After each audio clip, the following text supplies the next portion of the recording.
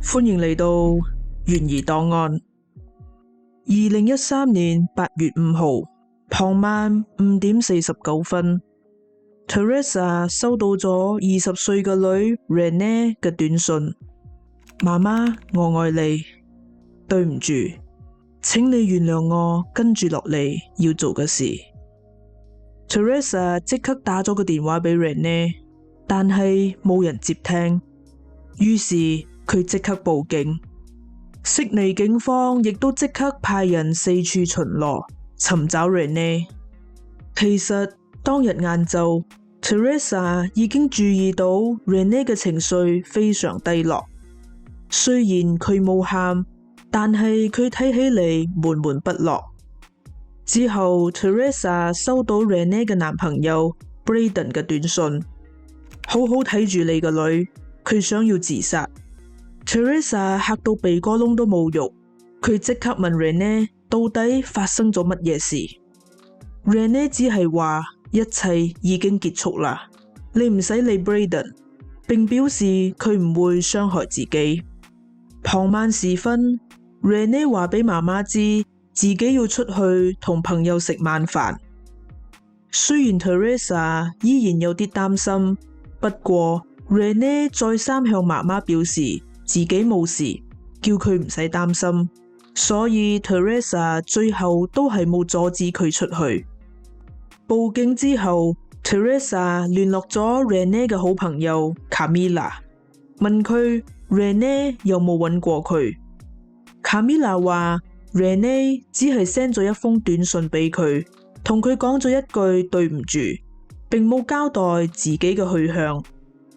之後Camilla 揸車載住 Teresa 去到附近尋找 Renee， 不過都係冇揾到佢，所以佢哋唯有返屋企等消息。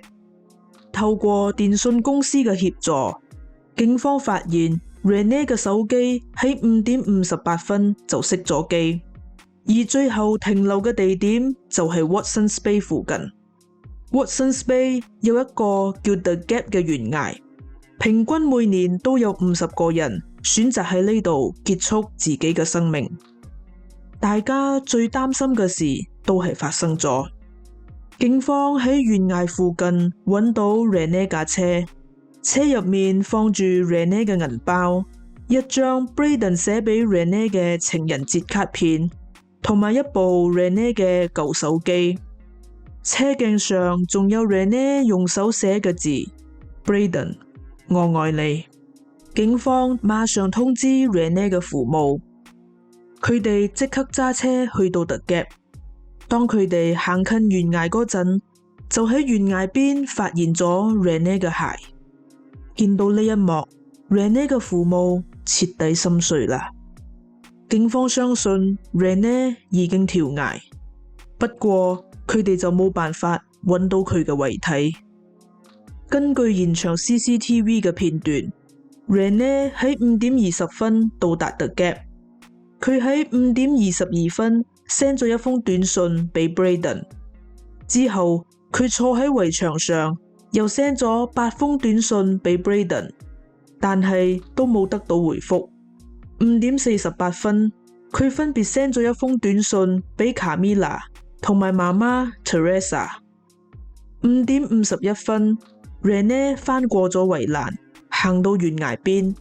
呢個時候，佢收到咗 Braden 嘅短信。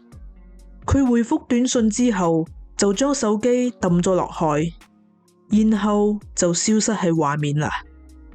警方認為 Renee 係因為同 Braden 分手，先至會一時諗唔開跳崖自殺。但係 Teresa 好想知道，到底 Braden 同 Renee 講咗啲乜嘢，令佢傷心到要走去自殺。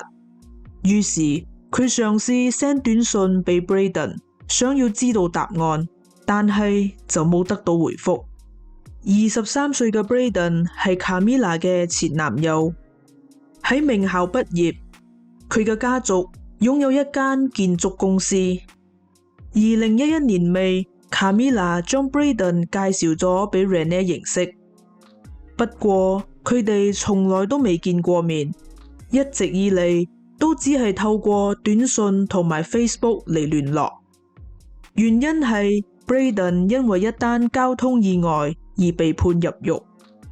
當時 Braden 揸住電單車，後面仲載住一位朋友。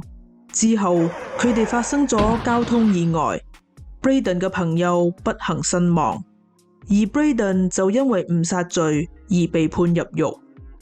Braden 嘅律師要求俾 Braden 可以喺獄中使用手機，並願意放棄2年嘅家屬探訪權以及不能通電話作為交換條件，所以佢只能夠以短信同 Renee 聯絡。Renee 曾經同媽媽講過，佢覺得佢同 Braden 好投契， Braden 好了解佢，知道佢想要啲乜嘢。佢哋甚至仲討論過，等 Braden 出獄之後，要一齊結婚生仔。有一次 Teresa 通過 Facebook 同 Renee 傾偈，但係回覆佢嘅竟然係 Braden。 Teresa 喺嗰一刻先知道，原來 Braden 擁有 Renee 嘅 Facebook 密碼。佢覺得 Braden 嘅做法唔妥當，並要求要同 Renee 對話，但係 Braden 就回覆咗佢一啲好冇禮貌嘅說話，並指責佢係一位唔合格嘅媽媽，令 Teresa 感到莫名其妙。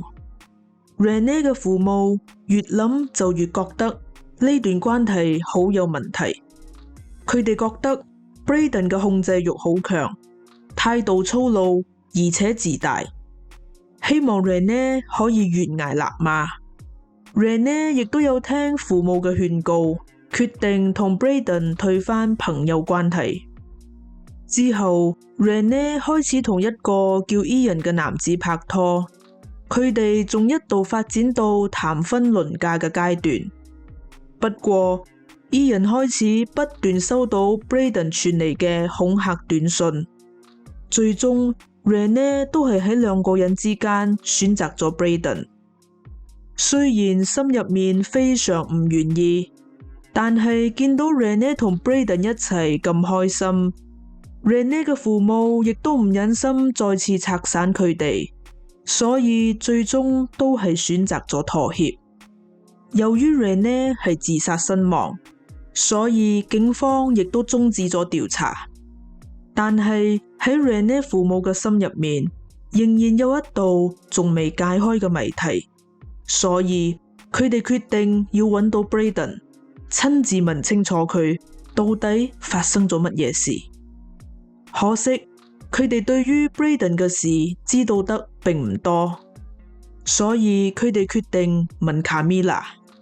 唔問猶自可，一問先發現成件事好似冇咁簡單。Camilla 話俾佢哋知，佢啱啱同 Braden 通過電話。Braden 知道 Renee 嘅死訊之後，亦都好傷心，並希望大家唔好再責怪佢。聽到呢度之後， Renee 嘅爸爸 Mark 覺得好奇怪， Braden 唔係唔可以同其他人通話嘅咩？點解突然之間又可以打電話嘅？喺跟住落嚟嘅對話入面，更加令 Mark 覺得 Camilla 好有問題。Teresa 話俾 Camilla 知，佢之前已經將 Braden 嘅手機號碼交咗俾警方做調查。Camilla 聽咗之後表現得好緊張，並指責 Teresa 唔應該俾警方知道 Braden 嘅手機號碼。之後就冇再睬佢哋啦。成件事好似越嚟越唔對路，所以 Renee 嘅父母決定要自己調查。Renee 喺幾個月之前換咗新電話，而新電話已經跌咗落海。好彩 Renee 嘅舊電話仲留喺車入面。Renee 嘅父母將舊電話交俾警方，希望佢哋可以幫手解鎖，睇下入面有乜嘢線索。但係警方表示，佢哋冇辦法將手機解鎖，因為解鎖嘅過程至少需要幾個月嘅時間，就將部手機俾返 Renee 嘅父母。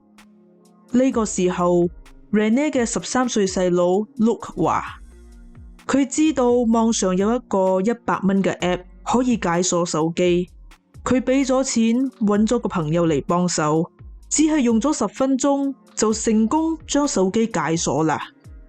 Mark 喺手機度發現喺2013年3月至6月之間，Renee 總共發送咗11000條短信，主要係 send 俾 Braden 同埋 Camilla。Mark 利用電子表格將佢哋之間嘅短信根據時間排列好。呢個時候，佢發現咗一個奇怪嘅現象。Braden 同 Camilla send 短信俾 Renee 嘅時間從來都冇重疊過，一次都冇。佢哋好似約好咗一樣，Braden send 完短信先至到 Camilla， 之後再輪到 Braden。Mark 仔細一諗，Braden 係 Camilla 介紹俾 Renee 認識嘅，而且佢哋亦都從來冇見過面。會唔會其實 Braden 就係 Camilla？Mark 打咗個電話俾監獄，確認咗監獄入面根本就冇 Braden 呢個人。於是 Mark 即刻將呢個新發現話俾警方知。警方調查咗電話信號記錄，發現無論喺乜嘢時候 Braden 同 Camilla 嘅信息都係喺同一個信號塔發出嘅，亦即係話 Braden 其實就係 Camilla。案發當日 Braden 同 Renee 一共 send 咗91條短信，而呢91條短信嘅內容成為咗 Renee 最終選擇跳崖嘅關鍵。但係 Renee 嘅新手機已經跌咗落海，想要知道短信內容就一定要揾到 Braden 嘅手機。於是警方申請咗搜查令，搜查 Camilla 嘅屋企。佢哋喺屋企度揾到咗2部手機，一部係 Camilla 平時用開嘅手機，而另一部就係用嚟偽裝成 Braden 嘅手機。不過 Camilla 已經將 Braden send 俾 Renee 嘅短信全部 delete 咗。Renee 嘅父母亦都嘗試向電信公司索取 Braden 手機嘅短信記錄，可惜電信公司只會保留最近7日嘅短信記錄，佢哋去到嗰陣已經太遲啦。所以嗰91條短信嘅內容，除咗 Camilla 同 Renee 之外，恐怕都唔會再有第3個人知道啦。但係點解 Camilla 要偽裝成 Braden 嚟到欺騙 Renee 呢？ Camilla 同 Renee 係高中同學，亦都係好朋友。Camilla 嘅性格強勢，而 Renee 就好溫柔。有傳聞話 Camilla 中意 Renee， 警方亦都喺 Camilla 嘅屋企度發現咗佢寫俾 Renee 嘅情信。不過 Renee 中意嘅係男仔。Renee 曾經同佢嘅表妹 Stephanie 講過 ，Camilla 係一個控制狂，而且妒忌心重。佢冇辦法忍受 Renee 同其他人嘅關係好。唔單止係咁，Camilla 仲唔止一次想要錫 Renee， 令 Renee 覺得好唔舒服。2009年 Renee 去咗一間技術學院學習美髮，以為可以就咁擺脫 Camilla， 但係 Camilla 喺幾個月之後亦都去咗同一間技術學院，仲報讀咗同一個課程。之後 Renee 認識咗一個叫 Angus 嘅男人，佢哋嘅感情穩定，仲開始規劃將來嘅生活。Renee 嘅父母亦都對呢個未來女婿好滿意，一切睇起嚟都好似係往美好嘅方向發展。但係 Camilla 就喺呢個時候從中作梗，不斷中傷 Angus， 話佢係一個渣男，離間佢哋嘅感情。最終 Renee 都係相信咗 Camilla， 選擇同 Angus 分手。最離譜嘅係 Camilla 除咗唔中意 Renee 花時間陪男朋友，就連 Renee 花時間同女性嘅親戚朋友一齊，佢都唔中意。表妹 Stephanie 話有一次，佢同 Renee 一齊去到附近嘅小鎮度玩，喺50分鐘嘅車程入面，卡米拉總共打咗16個電話俾 Renee。Stephanie 話其實 Renee 一直以嚟都對卡米拉嘅行為感到非常反感，但係佢又唔知道應該要點同佢講，可能係察覺到 Renee 想要同佢絕交，所以卡米拉先至會創造出 Brayden 嚟到繼續控制佢。